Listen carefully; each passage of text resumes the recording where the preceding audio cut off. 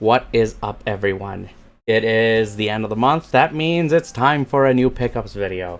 And there's actually a good variety of things from a various amount of generations, like PlayStation, original Xbox, PlayStation 2, 360, PS3, and some modern stuff too. But with that, there's also a gaming convention held here where I lived, and I paid a visit and got a couple things from there. So I want to show those off to you, because these are some things I've been looking for, some things I've been excited about.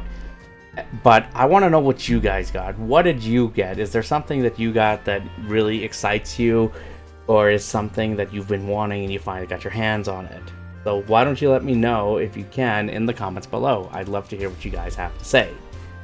With that, let's get started. We'll start with the modern stuff though first. We'll start with this one. I've been humming and hawing on this one for a while, because it had an interesting style to it, because it's a cross of, say, a Metroidvania and a Dark Souls thing. Who hasn't heard that before? But this looked interesting to me, and I wanted to finally get my hands on it, and that is The Last Faith. Now, I went with this version because this is actually the one that's on sale, but I can confirm that the Xbox Series X version is on the disc here. So, that's actually a plus for me. As you know, as when I'm picking up games for the Xbox Series console, I want to make sure that it has the Series version on it, because that way it just makes it easier, right? The Series console, you may as well. But I've only tried like maybe a tiny bit of this. I just wanted to see, make sure the disc works and everything, and to make sure that you could run this offline. Does it play? Has, I believe, something on this one. I believe on this version. If not, it's on the other versions, then I imagine the Xbox is the same for it. But this is something I'm kind of looking forward to. And I know Matt Belmont did something on this one, so if you want some information, I would say check that out. This one here, I don't have the original of this physically, I only have it digitally, but since I found out that they were making a standalone expansion to another amazing, movie franchise turned into a video game, I had to get my hands on it, and that is this RoboCop Rogue City Unfinished Business. Now, I own Rogue City digitally on PC and on PlayStation 5, so the question is, why would I get this on Xbox? Because if you remember in one of the previous pickup videos, I got Terminator Resistance, which is also from this developer, Teon. I got it physically for the Xbox, so I wanted to keep it consistent with Rogue City Unfinished Business. So I guess I should get a physical copy of Rogue City for the Xbox Series X at some point. But with what I've seen of this, it actually seems like a very good expansion pack and a good standalone experience, so I'm curious to get to this at some point in the future. Now let's go with some of these other ones here. This next one is in a franchise that I like, and I was curious to see what they were going to do with it. When they announced that they were going backwards, making it a prequel to everything in the series, it had my attention for various reasons. But it is this Mafia, The Old Country. Because The Old Country has been mentioned, but we didn't know too much about it. That's all we knew. It was just mentioned and everything. But what ties to The Old Country are there in the franchise? So I was very happy to get my hands on this one. And I've played a little bit of it so far, and I like how it goes back to what Mafia was, not what Mafia 3 did, which was like full open world, and it was kind of like repetitive and stuff. This kind of harkens back to Mafia and Mafia 2, where you have an open city, but it's just there for the story purposes, but you can explore it if you want to, and I know there is an update coming where you can do free roam.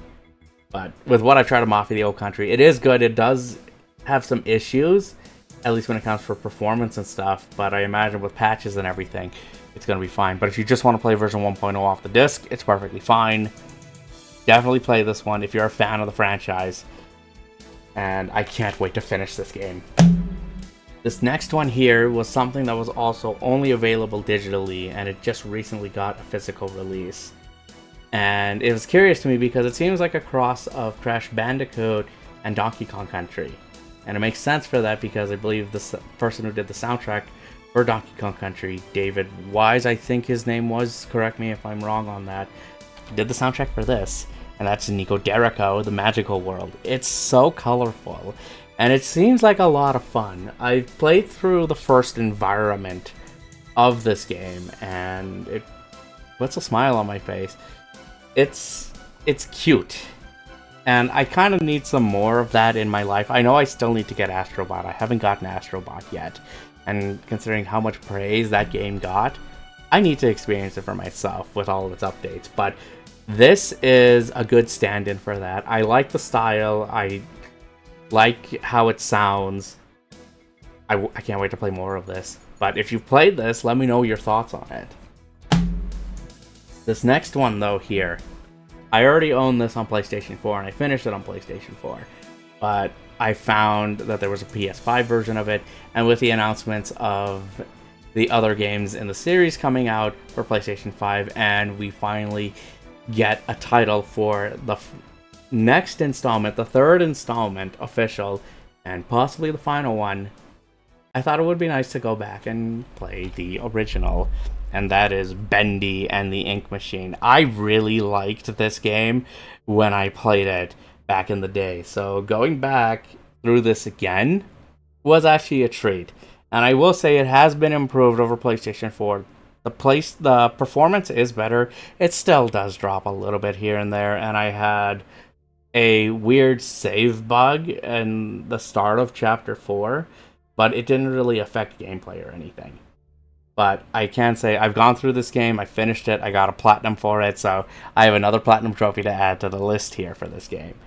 And I can't wait to get my hands on the Dark Revival, which is supposed to be sometime in September, and then Lone Wolf, which I believe is October.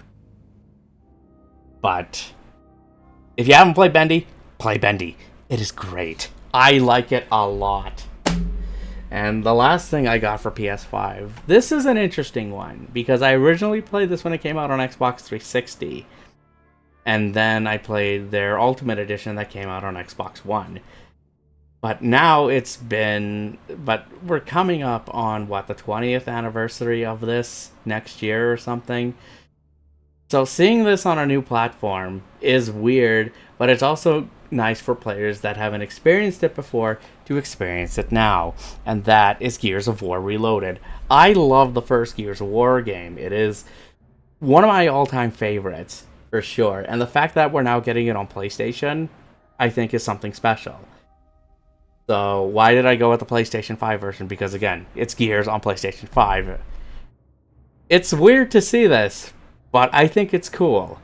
And the other reason for it too is, since this is a Microsoft published game, I needed to know how is the physical release of this, considering what's been up with Indiana Jones and the Great Circle and Doom the Dark Ages. I was wondering if we were going to get a repeat with Gears of War Reloaded. Thankfully, the answer is no. The game is on the disc. You can play the campaign off the disc, and you could do co-op off the disc.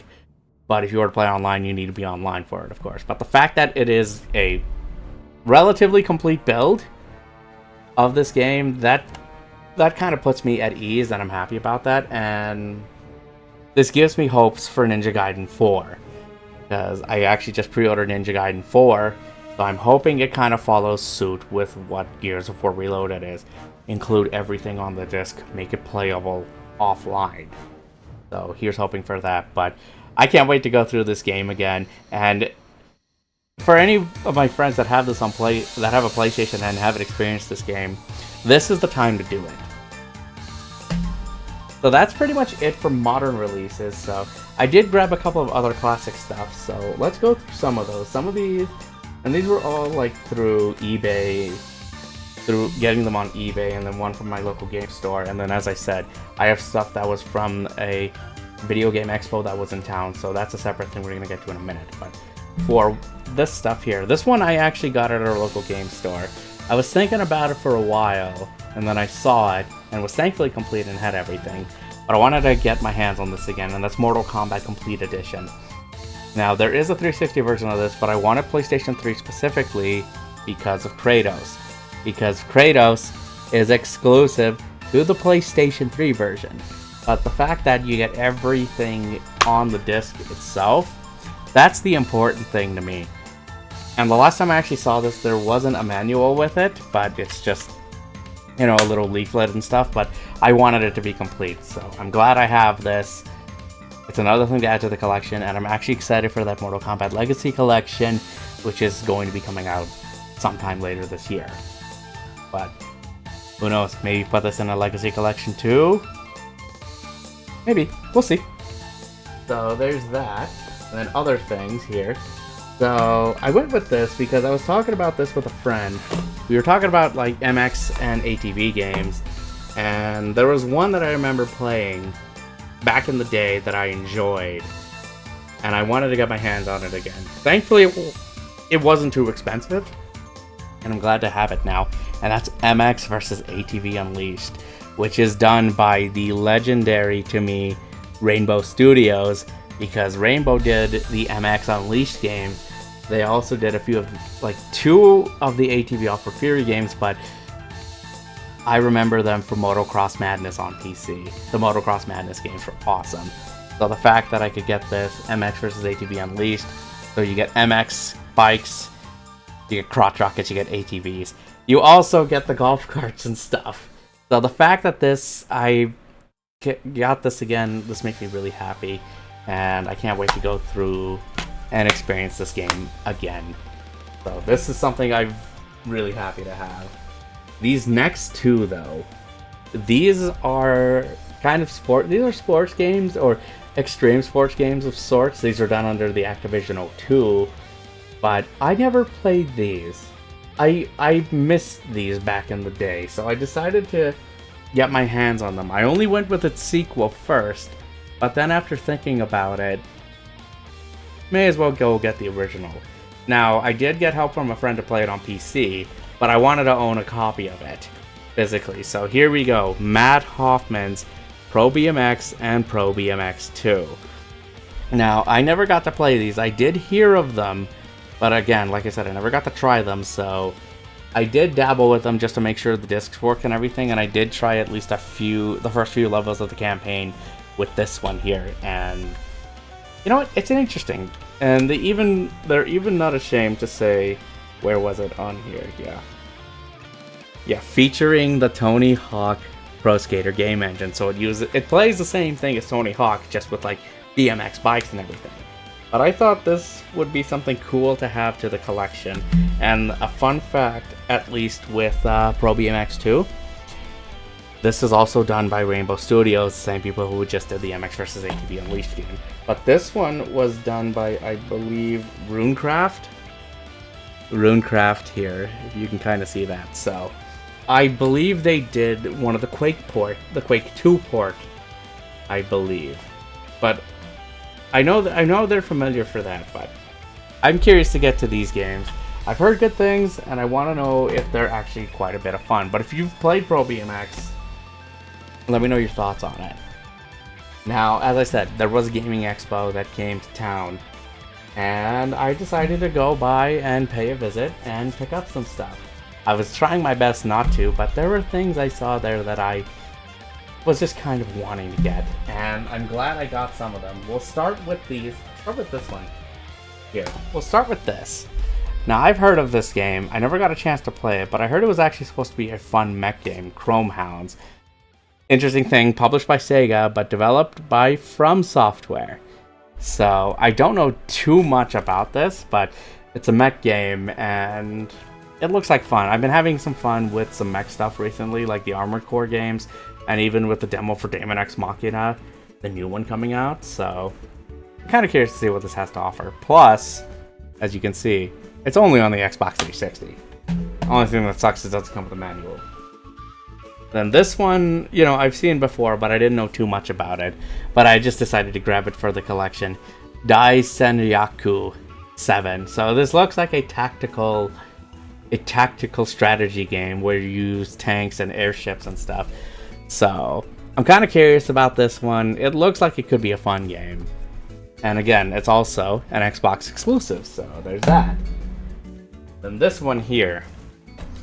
Now, I have the latest one in the series, but I've never played the other ones that came out on the PlayStation 2. I was thinking about getting the first one, but I saw this one instead, and this one, I don't know, just looked more interesting to me, and that's Gungrave Overdose. So I have Gungrave Gore, and when I tried a Gungrave Gore, I liked it, and I was curious about this one too, so I wanted to try some other ones in the franchise. The only one I'm missing now is the first Gungrave. But at least, like, unlike, say, Chrome Hounds, it is complete, so it does come with a manual and everything, so it's nice to have this one into the collection. Now here's something I don't see every day anymore, and that's like big box PC games. I still have my one for Diablo 2 and Blade Runner, but I decided to grab this one because I got this on GOG, and I liked it, and I wanted to own a copy of it. So here it is, Septerra Core, Legacy of the Creator, which is actually published by Monolith. Again, rest in peace, Monolith. One of my favorite developers, gone too soon. But yeah, no, I saw this. I wanted to pick up Septerra Core. It's a fun little RPG. And again, you don't get to see too much of like big boxed PC games anymore. And it was actually reasonably priced too. So I can confirm I did get this to work off the disk for Windows 11. There are a few things you gotta do though. So I think it was you have to get an install shield to make it work for 16-bit because it's a 16-bit installer, not a 32-bit. So did that, got a fix or two for this, but you can play this on a PC. You can play this on a Windows 11 PC, so that's pretty awesome. I'm very happy to have this one in the collection. Because again, I don't see too many big box PC games that often. And then the last thing I got was also a strategy guide for this game. Now, I have this game on Xbox 360. I've only played a couple hours of it, but I want to have it just in case. If I get stuck, I actually have a book. Because does anyone remember strategy guides? These things were cool. I have some for a few other games. I have to actually go back and see, but I saw this. It's kind of a rarity. I wanted to get my hands on it, so now I have both the game and the sound and the strategy guide for it. I do have an art book that came as a pre-order bonus for this game somewhere. I just gotta find it. And we're gonna wrap up with one more thing. So this isn't gaming related or anything, but this band I did hear through games before, and it did get me intrigued, and I looked up more of their stuff, and I've been a fan of them ever since. They just released a new album recently, and I decided to get my hands on it. And yes, it's a white snake on a purple background. But this is Private Music by Deftones. And Deftones is one of my favorite bands. And I've listened to this thing at least a few times right now, and I really like it. Deftones makes great music. So if you haven't picked this up, I'd say at least listen to a few of the tracks on there. Like they put out My Mind is a Mountain and Milk of the Madonna as some of the tracks that are out as singles, but normally the cover's green. They just had a variant of this, so I decided to grab the variant instead. But no, I like this album. They were live in another town and I missed out on it, but if they do a tour next year around my area, I have to go see them. I want to go see them. They're high on the list. But that is the haul I've gotten this month. A lot of good finds here, and there were some games that I actually did pick up that have just shipped, so I'm waiting for them to come in, so such as Metal Gear Solid Delta and Lost Soul aside. Those did ship. They didn't make it in time for this, so you should see those in the next pickup videos, along with a couple of other things. But I'll leave that as a surprise, provided they come in. But again, let me know, guys, what did you get? I'm curious to hear what you guys have to say for your pickups. And thank you for taking your time to watch this. Like the video, subscribe to the channel. Your support means a lot. Thank you again, and until next time, stay safe everyone, and I will see you in the next one.